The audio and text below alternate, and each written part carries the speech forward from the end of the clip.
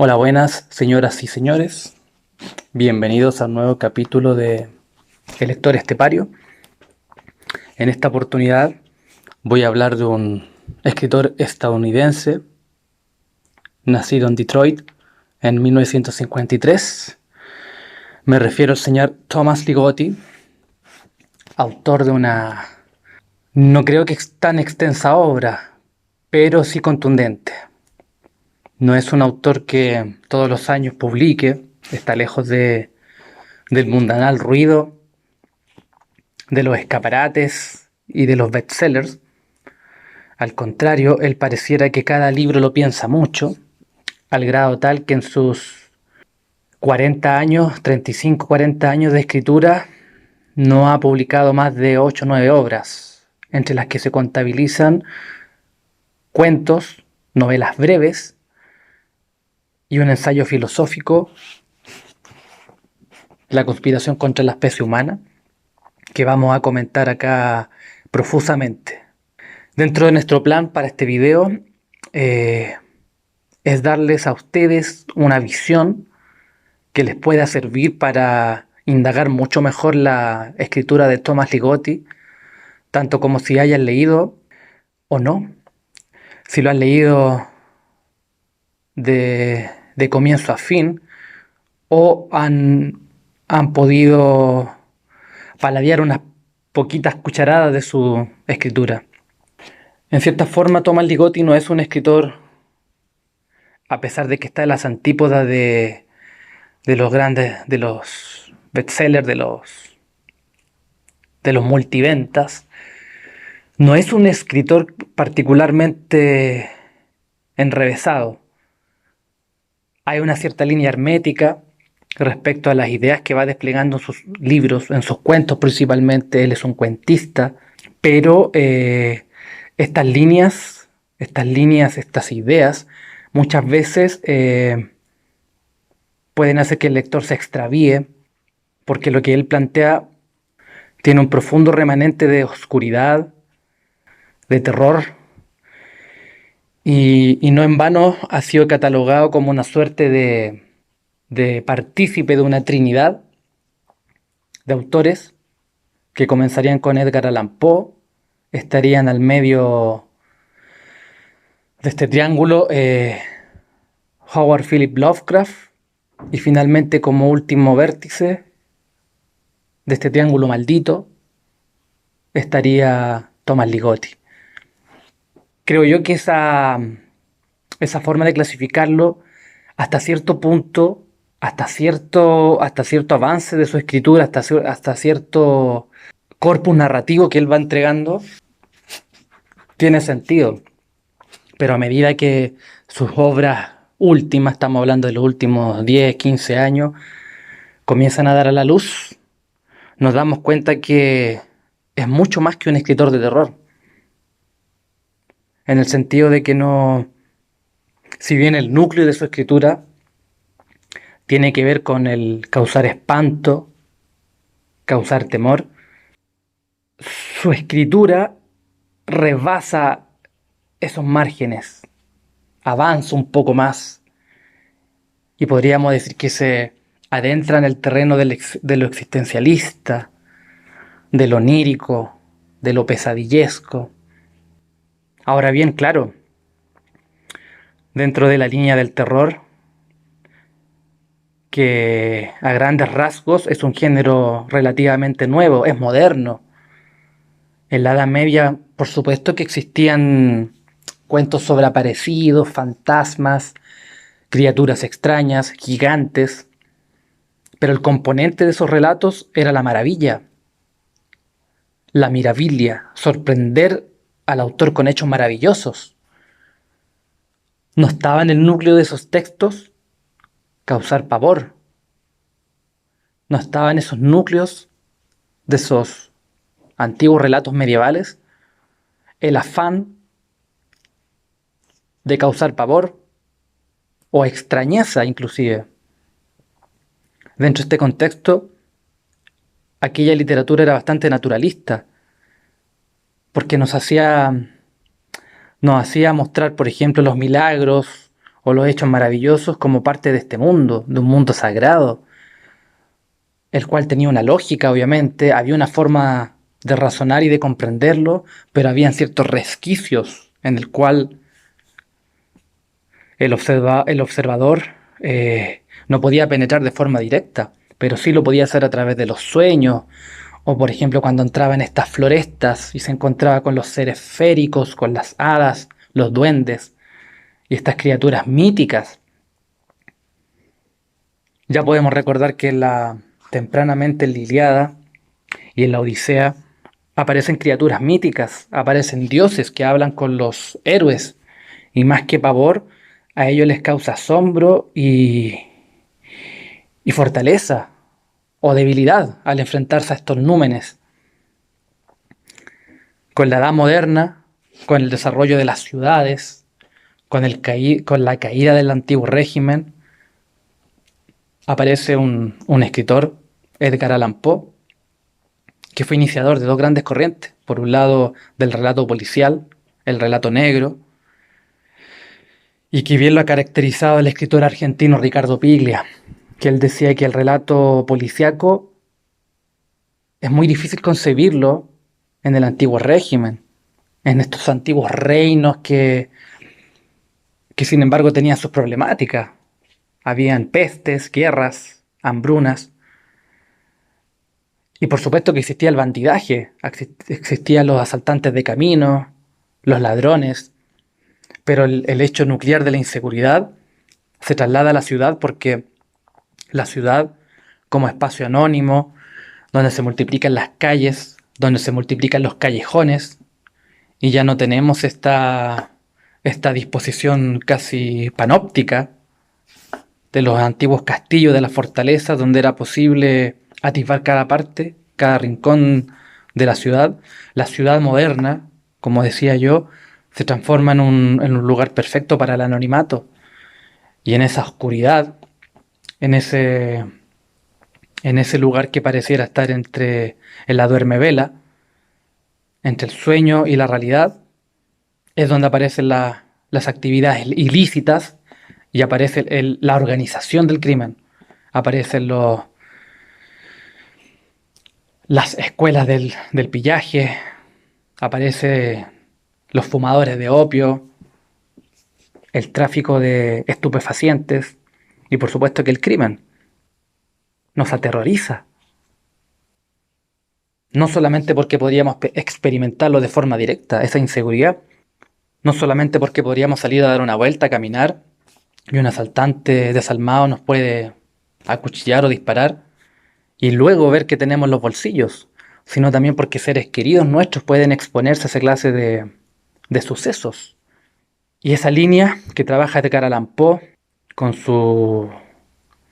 con sus relatos detectivescos, también crea una nueva línea que tiene que ver con el terror.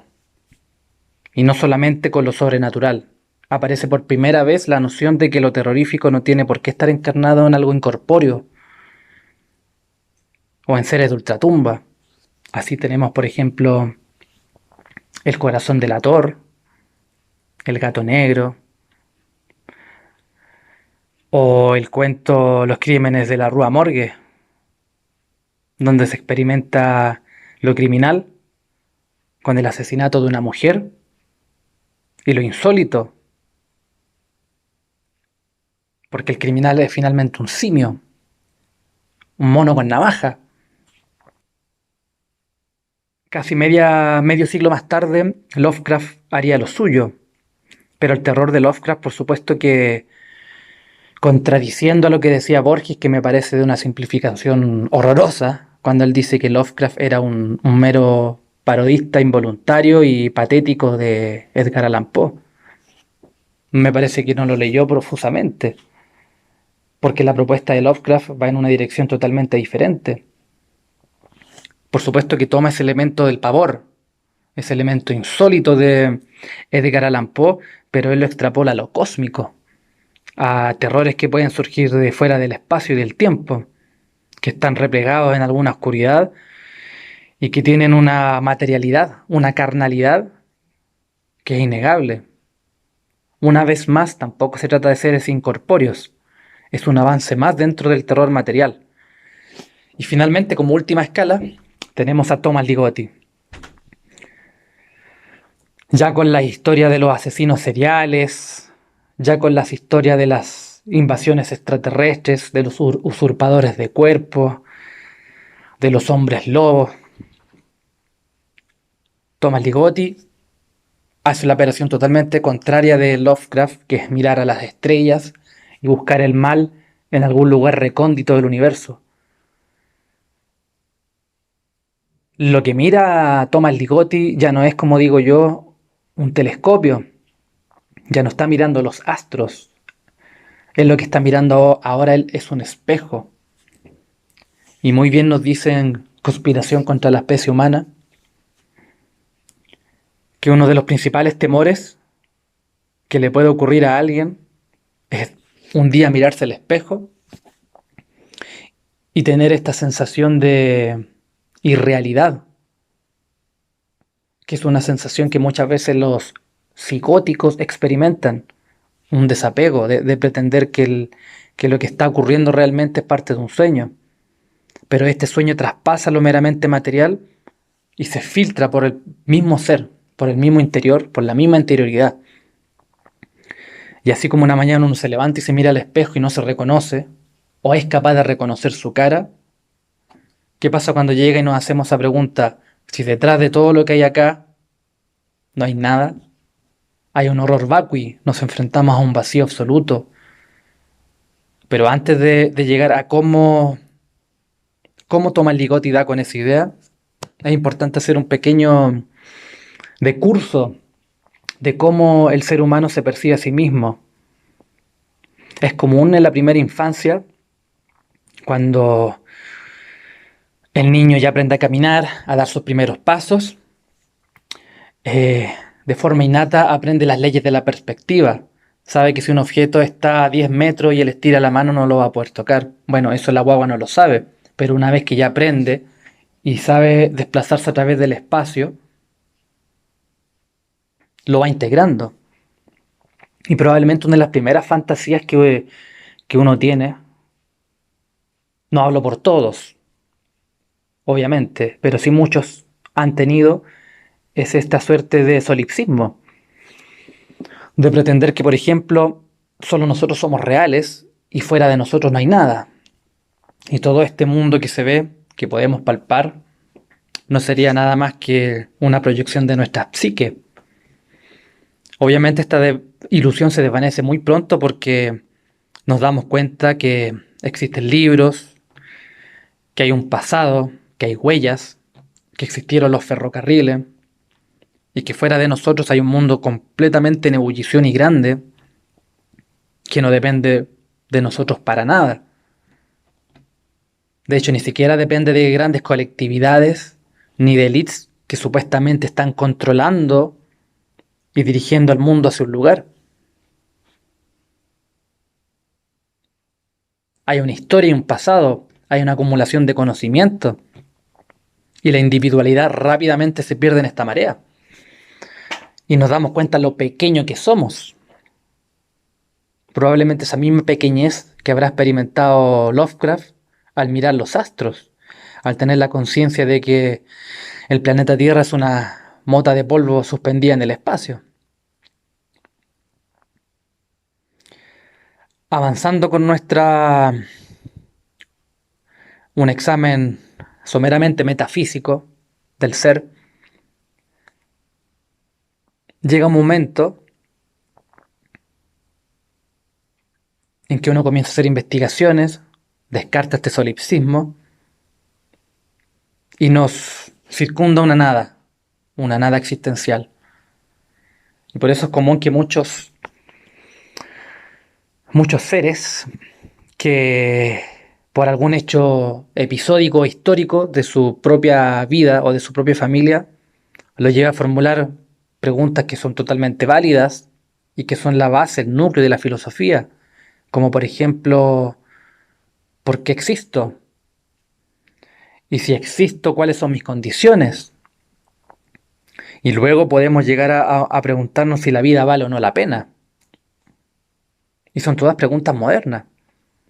el hombre antiguo no tenía tiempo para este tipo de baneos. Y no los tenía no porque no fuera lo suficientemente sofisticado e inteligente, sino porque las condiciones brutales en las que se movía no le dejaban más tiempo que para sobrevivir y para el trabajo. Por supuesto que existían clases acomodadas, clases nobles, y aún así estas clases nobles y acomodadas tenían sus funciones. Tenían que llenar con tiempo, tenían que llenar, perdón, ese tiempo con actividades. No se podían dar el lujo de pasar una vía echada sobre un desván. Había que pensar, había que hacer algo. Pero bueno, como bien digo, este temor, esta, estas preguntas por la existencia misma, que están en la base de la filosofía, llega un momento en que eclosionan y en cierta forma se popularizan. Eso también explica en cierta forma la proliferación de libros de autoayuda, que dicho sea de paso ahora se llaman como libros con propósito, porque probablemente los vendedores de libros de autoayuda se dieron cuenta que el concepto de autoayuda se ha ido tiñendo de negatividad. Y no puede ser de otra forma, porque generalmente lo que hacen estos libros de autoayuda es autoengañar a la gente, es entregar supuestas herramientas para poder gestionar tus flaquezas, pero lo único que hacen es perpetuar el engaño. Y si por ejemplo tú te pones a observar la clase de gente que consume esas obras, esos libros, son personas profundamente dañadas, son personas que están vacías. Es lo mismo, por ejemplo, estos libros que existen para crear fortunas. Los millonarios no se cagan de la risa con esa clase de libros. Un millonario no necesita leer un libro para generar fortuna porque ya la tiene. Y así una persona que siente que tiene un lugar en el mundo, sabe que tiene un propósito, real o no, esto ya lo vamos a ver después, no necesita libros de autoayuda. En cierta forma tiene otros lugares, otros espacios para recrearse, como el estudio o el ocio, escuchar música, leer libros, no de autoayuda, etcétera. Bueno, voy a mostrar la conspiración contra la especie humana. Ahí está. Este libro escapa a la obra de ficción en cierta forma escapa del trabajo ficcional de Thomas Ligotti, pero veremos que este escape no es del todo, no es del todo completo, no es un escape completo de la ficción, porque además de tratar temas filosóficos a través de la forma del ensayo y de repasar obras literarias del terror sobrenatural y del terror más contemporáneo, en algún momento se va colando cierto hilo de que en realidad la conspiración contra la especie humana es una suerte de engaño a sabiendas, pero que también nos hace reflexionar sobre el poder de la ficción. Cuando una mentira es verdad, o mejor dicho, cuando una ficción que no tiene un carácter operatorio en la realidad nos puede impactar y nos puede conducir a caminos, equívocos o no, eso depende de cada quien. Bueno, la conspiración contra la especie humana ya parte con un título bastante llamativo. La conspiración. En un momento de la obra, en sus primeras 40-50 páginas, Thomas Ligotti hace un recorrido del pensamiento pesimista y existencialista. Thomas Schopenhauer, por ejemplo, habla del mundo como una representación a través de la voluntad. Schopenhauer sería un filósofo volitivo que basa su filosofía en la voluntad de existir y que las cosas se den de forma dicha muy simplista. Y lo que se cuestiona Thomas Ligotti es, ¿pero qué pasa si esta voluntad decae? Y a continuación nos menciona Philip Mailander, que como bien sabemos se llamaba Philip Patz, filósofo alemán fallecido a muy temprana edad, por mano propia, tras publicar su filosofía de la redención. Porque si bien existe una voluntad para vivir, y para existir y para sobreponerse, Thomas Ligotti, tomando a Mailander, nos pregunta y nos dice, bueno, pero si esta voluntad por vivir se trastoca o parte a la reversa, parte de forma contraria, y nos recuerda cómo es esta filosofía de la redención, que parte con una declaración metafísica, cósmica también, y teológica, de cómo se habría iniciado el mundo. Y para Mailander, de forma totalmente, de una forma totalmente convencida de que fue así, no de otra forma, él nos dice que existía una unidad premundana o una totalidad que podemos identificar con Dios y que esta unidad, para poder llegar a ser, tuvo que suicidarse. Y de estas esquirlas, de esta destrucción, de este ser que era perfecto y completo, nace el universo. O sea, para que nosotros pudiéramos estar acá, estamos como, en cierta forma, como una ofrenda de este Dios que se autosacrifica y se entrega por la creación. Pero esta misma voluntad por vivir va disminuyendo, se va angostando, y para Mailander, con con el desarrollo de la civilización, cuando el hombre sale ya de su estado primitivo, de lucha con el entorno, y digamos que por fin alcanza un confort, esta lucha por la existencia decae. Y es cuando el hombre ya caería en una suerte de sopor. No ahora, no en 10 o 40, 50 años, pero sí probablemente en 1, 2 siglos, 3 siglos más. Recordemos que Mailander muere en la segunda mitad del siglo XIX, y su visión pesimista, por supuesto que estuvo influenciada por los acontecimientos de su época, de guerra, de caída de regímenes, y aún así no experimentó la Primera y Segunda Guerra Mundial, que ya eran motivos suficientes para pensar que todo indica que el ser humano va a la autoaniquilación absoluta. En la época de Mailander no existían los medios, con la invención de las bombas atómicas y de tecnología de punta que sospechamos pero no conocemos del todo. La aniquilación del hombre por el hombre está asegurada,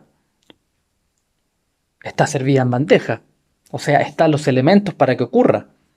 Y siguiendo con este pensamiento llega finalmente a Peter Wessel-Zapfe, que es un pensador del siglo ya XX,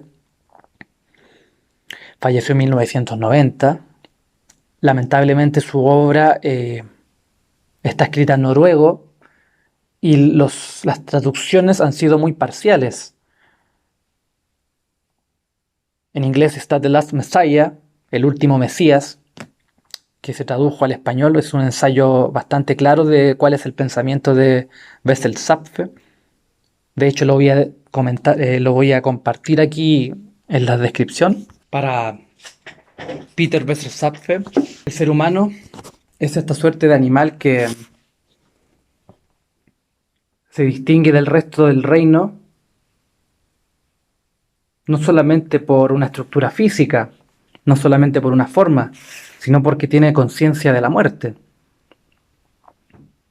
El animal que vive para reproducirse, para alimentarse y sobrevivir, que obviamente son condiciones, mínimas condiciones necesarias para que cualquier especie sobreviva y se mantenga en el tiempo, están ya dentro del hombre, pero a diferencia del animal, el hombre nace con esta conciencia limitada, o probablemente no nace en un primer instante, pero sí la desarrolla en la primera infancia, nace con esta conciencia de que nos vamos a terminar, nos vamos a acabar.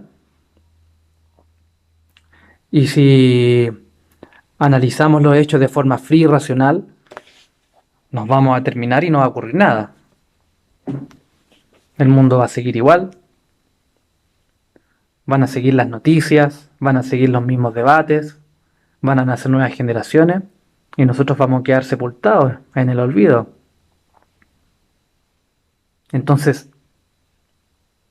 ese peso que Bessel-Zapfe lo utiliza, esa metáfora del ciervo que tiene unas cornamentas, cornamentas grandes, y este peso hace que el ciervo caiga a tierra y no pueda levantar la cabeza. Utiliza esa imagen metafórica para decirnos que en cierta forma que una vez que tú ya entras y estás convencido de que vas a desaparecer, entras ya en un punto de no retorno. A pesar de que existen el consuelo de las religiones o de otro tipo de creencias sobrenaturales que nos dicen que hay una vida después de esta muerte. En efecto, este tipo de pensamiento habría sido demasiado marginal en una época, en una edad antigua medieval, donde había un contacto directo con lo sagrado, donde se experimentaba la muerte como un rito, no como un mero trámite, como un rito de paso de un lugar a otro. No en vano, desde muy temprano el hombre siempre ha sepultado a sus muertos, y si no los sepulta, los manda por ríos o los quema, pero siempre por medio de un rito. Si no tuviéramos esa conciencia de lo sobrenatural, dejaríamos que los cuerpos se pudriesen en cualquier parte. Y no ocurre porque, claro, el familiar, el difunto deja familiares, deja deudos que tienen que hacerse cargo de sus restos mortales.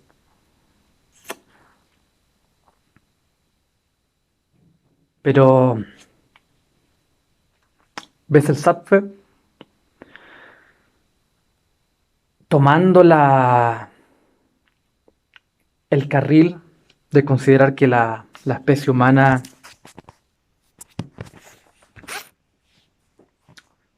no tiene un destino superior a este, se intenta esquematizar cuáles serían los mecanismos que nos hacen que una vez que ya tenemos esa conciencia, atentemos contra nosotros mismos. A pesar de que ocurre, muchas personas llegan a un punto en que ya se sienten totalmente desvalidas y por algún motivo cometen lo indecible. Pero como especie, como conjunto, no lo hacemos y no nos seguimos reproduciendo, seguimos formando familia,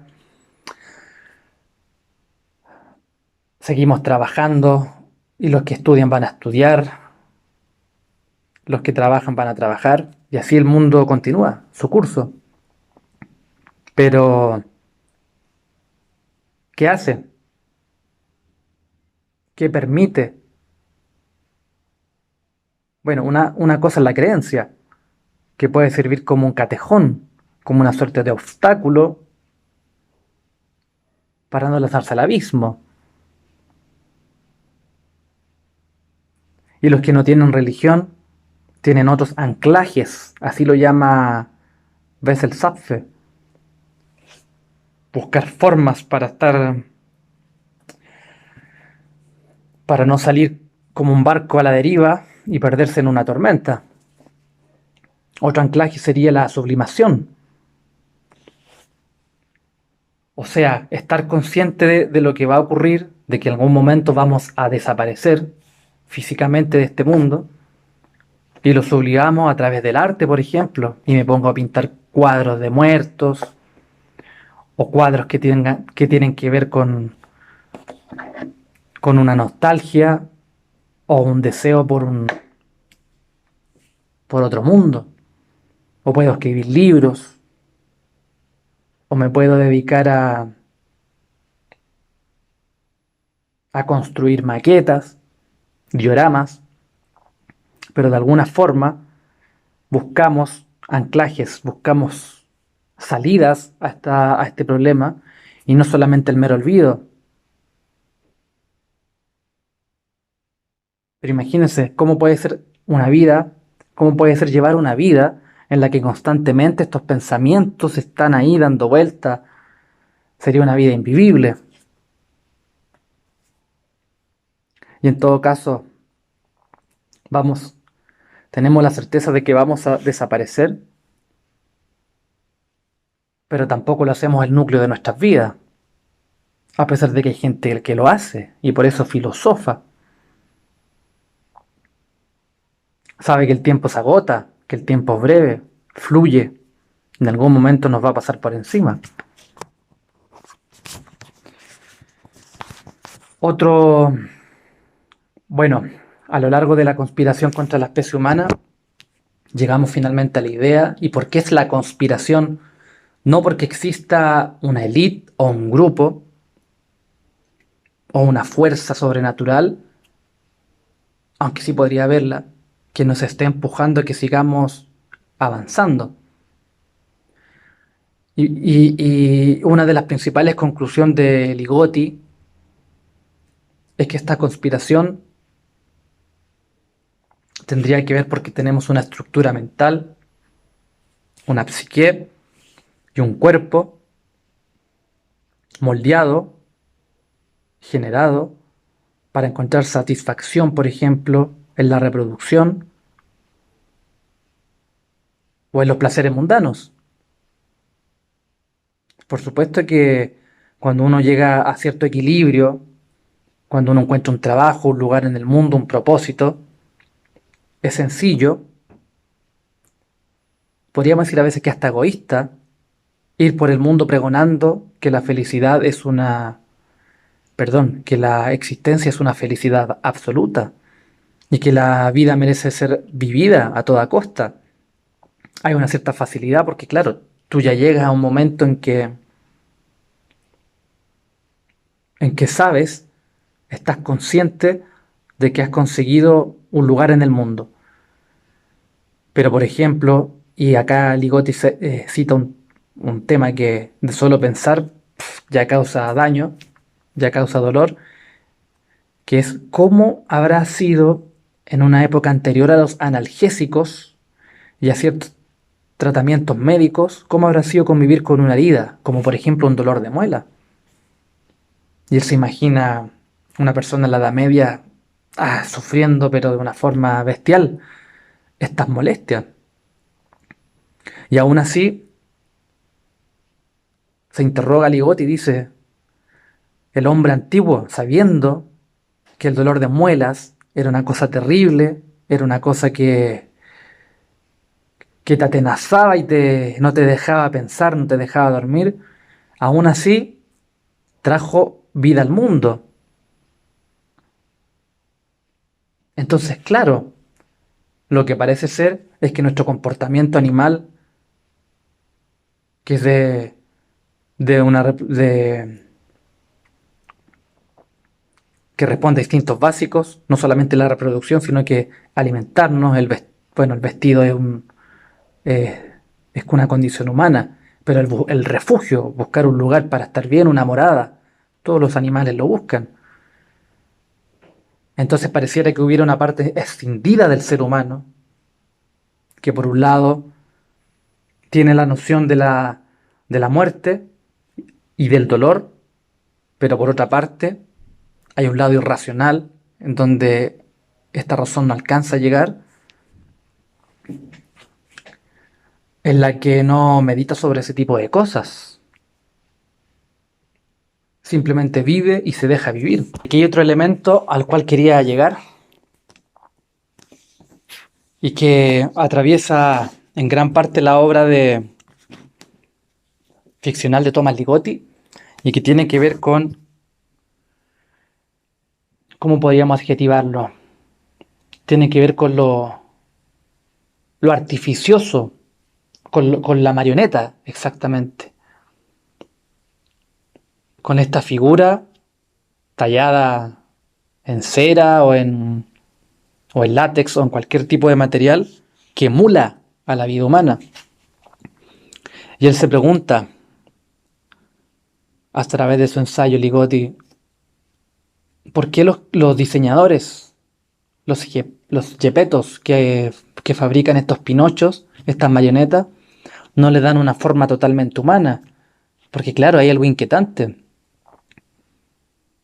Cuando uno ve una marioneta que es muy realista,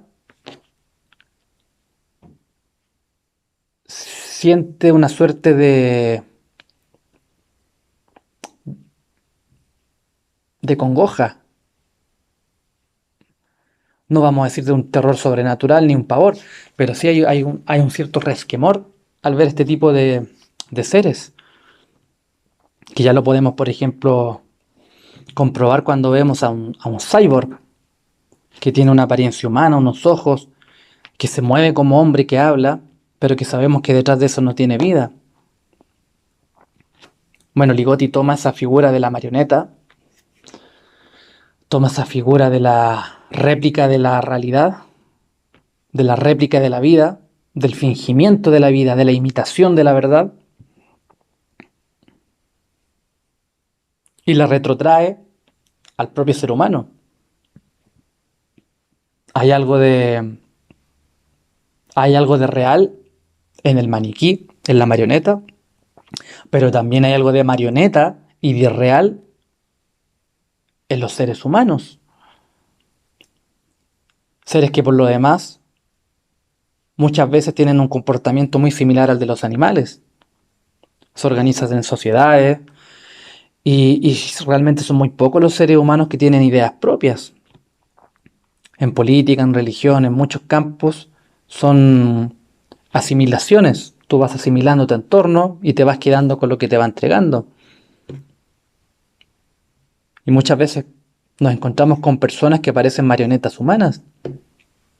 No hablan, están en un estado catatónico, o cuando hablan no dicen nada realmente importante. Es un sonsonete que se va repitiendo. Y uno llega a pensar que ese ser que se mueve y que tiene una inteligencia y una racionalidad, la debe tener muy escondida porque por sus actos y por sus dichos pareciera que no actúa por mero reflejo. Y por supuesto que al posar una marioneta sobre una superficie y ponerle una luz, esta marioneta tira una sombra. Y ese es otro elemento que para Ligotti es una constante dentro de sus cuentos, la sombra. Sabemos que uno de los primeros en tratar de analizar el fenómeno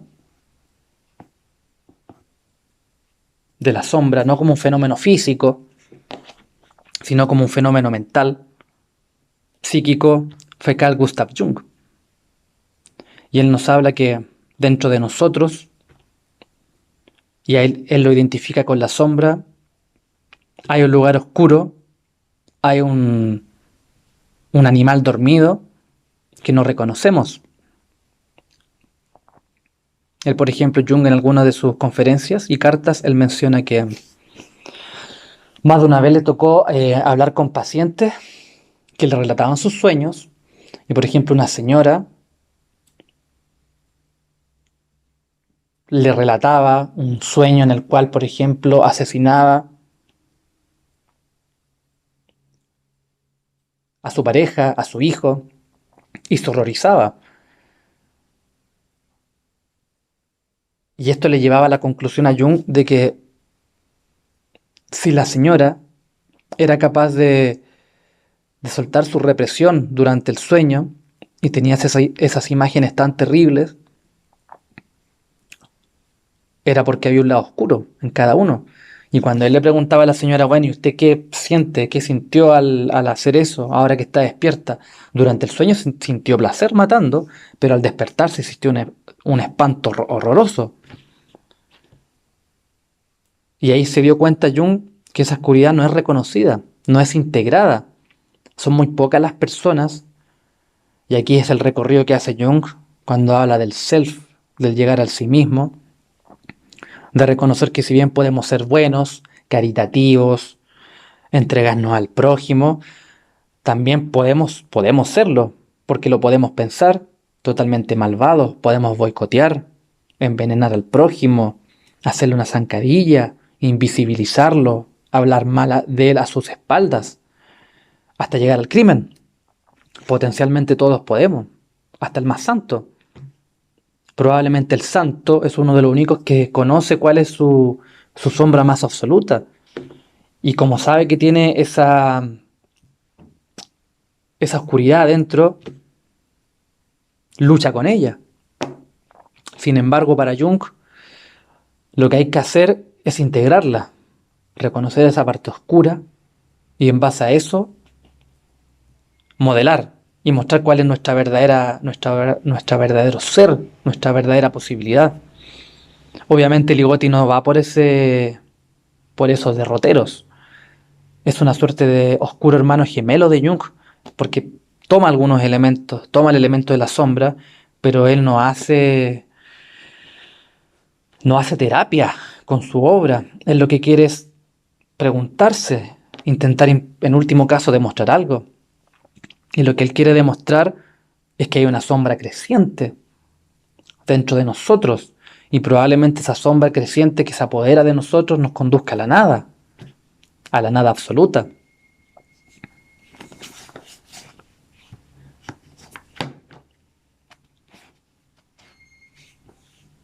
Bueno, otro aspecto que quería tocar de Ligotti, que es ya hablamos, la marioneta y la sombra, es la característica de la pesadilla y del sueño. Por eso también se acerca a Jung. Y también ahora recuerdo otro texto del psicólogo suizo en el cual él menciona un sueño que tuvo. Y él dice que este sueño, en él se veía entrando a una suerte de lugar selvático, él iba caminando, avanzaba, y al final se encontraba con una choza que tenía una forma de pagoda. A todas luces era un lugar santo, un lugar sagrado. Probablemente vio velas, algunos indicios de que él se acercaba a un lugar que era importante. Y cuando él entra a este lugar sagrado, en vez de ver una efigie, en vez de ver un dios, algún símbolo, ve un ser humano y lo ve que está rezando, meditando, con las piernas cruzadas. Y cuando se acerca a mirar a este ser, porque está de espalda, gira y ve que es el mismo. Y despierta.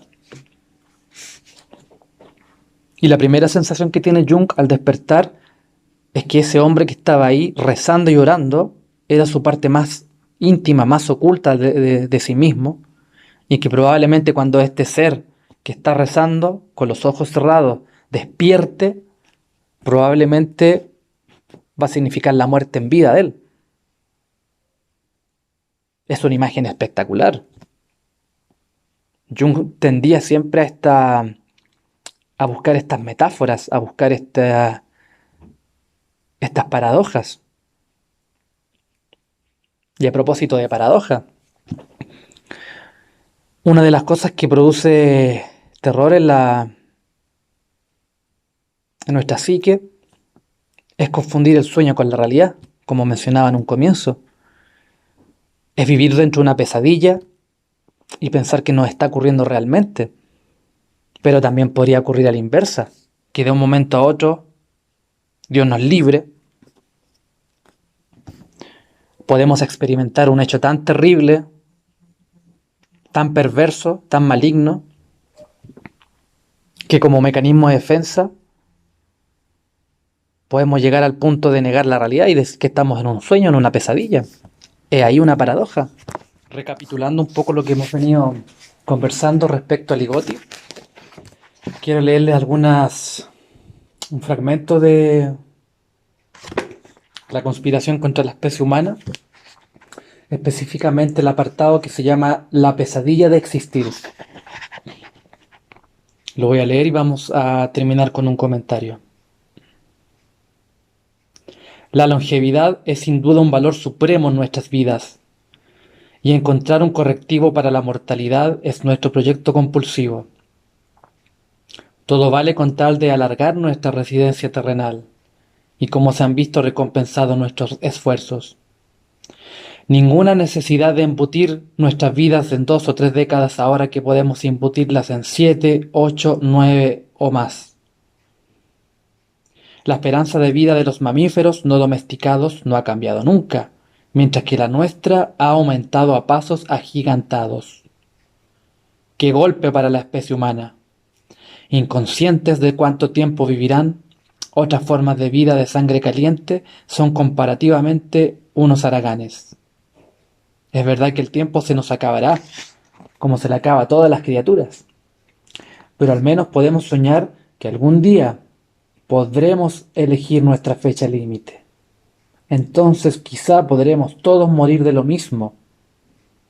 Una hartura asesina de nuestra durabilidad en un mundo que es malignamente inútil. Sin valor, más que inútil, es el epíteto más familiar en este contexto.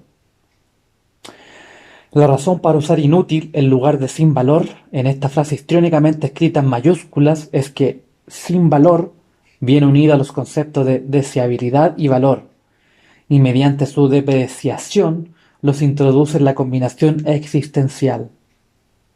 Sin valor, por otra parte, nos sugiere en tanta medida estos conceptos. En otras partes de esta obra, sin valor se relaciona con el lenguaje del pesimismo y hace todo el daño que puede. Pero lo endiablado del asunto es que sin valor no tiene en realidad suficiente alcance cuando se habla pesimistamente sobre el carácter de la existencia. La pregunta, ¿vale la pena vivir?, se ha formulado demasiadas veces. Este uso de valer suscita impresiones de un buen surtido de experiencias que son posiblemente deseables y valiosas dentro de unos límites y que pueden sucederse unas a otras de tal modo que sugiere que la vida no carece totalmente de valor.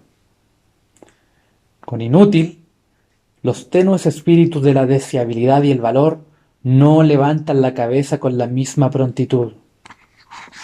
Naturalmente, la inutilidad de todo lo que es o podría ser alguna vez está sujeta a los mismos repudios que la falta de valor de todo lo que es o podría ser alguna vez. Por esta razón se ha adjuntado a inútil el adverbio malignamente para darle un poco más de elasticidad semántica y una dosis de toxicidad. Pero para expresar de forma mínimamente adecuada el sentido de la inutilidad de todo, haría falta una modalidad no lingüística, algún tipo de efusión surgida de un sueño, que amalgamara toda la gradación de lo inútil y nos transmitiera sin palabras la inanidad de la existencia en cualquier circunstancia posible. Desprovisto como tales de tales medios de comunicación, la inutilidad de todo lo que existe o podría posiblemente existir debe declararse con escasa potencia.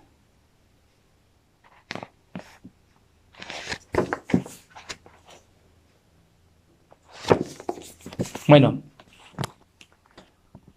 podemos ver que el pensamiento de Ligotti en este ensayo No es buscar una solución, no es buscar una salida para el que piensa que su vida no tiene ningún valor. Por eso él expresa de la inutilidad maligna. De esta forma él adjetiva una condición inherente al que se adentra por estos caminos. Tampoco busca crear una suerte de antídoto, de decirte, bueno, tú ya que estás viviendo, estás por un trance de una oscuridad absoluta, a través de lo que yo te voy a decir, tú vas a poder ayudarte y salir del agujero en el que estás. Las intenciones de Ligotti son totalmente, radicalmente opuestas. En primer lugar, él busca crear una anatomía, mejor dicho, una disección, una indagación en por qué tenemos esta suerte de pensamientos, por qué la psique de pronto es invadida por esta clase de pensamientos funestos. ¿Habría que tomarlo en serio o no habría que tomarlo en serio? En un momento de la conspiración contra la especie humana, ya cuando él disecciona lo que es el pesimismo, al que también descarta y al cual también combate, y cuando ya pareciera que no existe ningún camino, cuando él hace una suerte de anatomía de lo que es la ilusión y la creencia, o la creencia de la ilusión, o la ilusión de la creencia, se va colando un personaje y es una suerte de rotura de la cuarta pared y nos empieza a decir, sí, yo también estoy jugando contigo. Como un amo de las marionetas te estoy moviendo, te estoy conduciendo a donde yo quiero y lo hago de la forma más lógica posible, prácticamente sin fisuras. Y ahí me parece que en ese callejón, en ese cruce, en ese lugar paradojal, a propósito de lo paradojal, que ya lo hemos venido repitiendo a lo largo del video, una de las cosas que más horroriza o que alguna vez nos horrorizó es toparnos con un muerto viviente, con un zombie, porque es una paradoja encarnada en un física. ¿Cómo algo que está muerto está vivo? Bueno, lo paradojal de Thomas Ligotti es que nos enseña el abismo, nos toma de la mano y salta con nosotros dentro de este abismo, no nos da ninguna respuesta, pero piensa a través del abismo y probablemente el principal efecto, o mejor dicho, la principal causa que lo mueve es no solamente a jugar de forma titiritesca con el lector, sino que es tratar de buscar el último alcance, de llegar hasta las últimas consecuencias del terror. Porque seamos honestos, llegando a una edad, hasta un zombie nos va a dar risa. Llegando a cierto momento, estas paradojas se van a solucionar y no van a tener ningún valor. Ni metafísico, ni ontológico, ni nada. El espectro o el fantasma ya hace mucho tiempo que dejó de ser un objeto de temor. Probablemente llegue un día en que las psicofonías o alguna forma avanzada de conocimiento logre establecer un puente entre los vivos y los muertos. Y ya vamos a dejar de temer en aquellos fenómenos. Pero queda la última baza, el último lugar por explotar, el último átomo. Y ese último lugar somos nosotros mismos. Y eso es lo que intenta hacer Ligotti. Muy bien, te voy a asustar. Tú ya estás adulto, ya leíste a Lovecraft, ya leíste a Edgar Allan Poe, ya hiciste el recorrido por toda la literatura gótica, por toda la literatura de fantasmas, y ahora lo que yo te voy a entregar es un paso más, y en eso radica su originalidad. Los postulados los podemos desarmar, no solamente a través de la fe o la creencia, sino que a través de la misma lógica. Basta con que tú tengas a una persona que te ame, un hijo o alguien por quien luchar, para podernos evadirnos de esta niebla, de esta nebulosa que nos conduce a cuestionarnos la propia existencia. Pero el peso de la originalidad de Ligotti radica en eso, en que para asustarnos va a utilizar todo lo que tiene a mano, aún jugando sucio, y lo mejor de todo es que lo logra. Muchas gracias, y antes de despedirme, voy a dejar en la descripción del video algunos escritos míos respecto a la cuentística de Ligotti, y también voy a dejar un pequeño ensayo que hice sobre la conspiración contra la especie humana, por si quedas con más ganas de ingresar a este mundo, a este universo oscuro, pesadillesco, evanescente y titiritesco de Tomás Ligotti.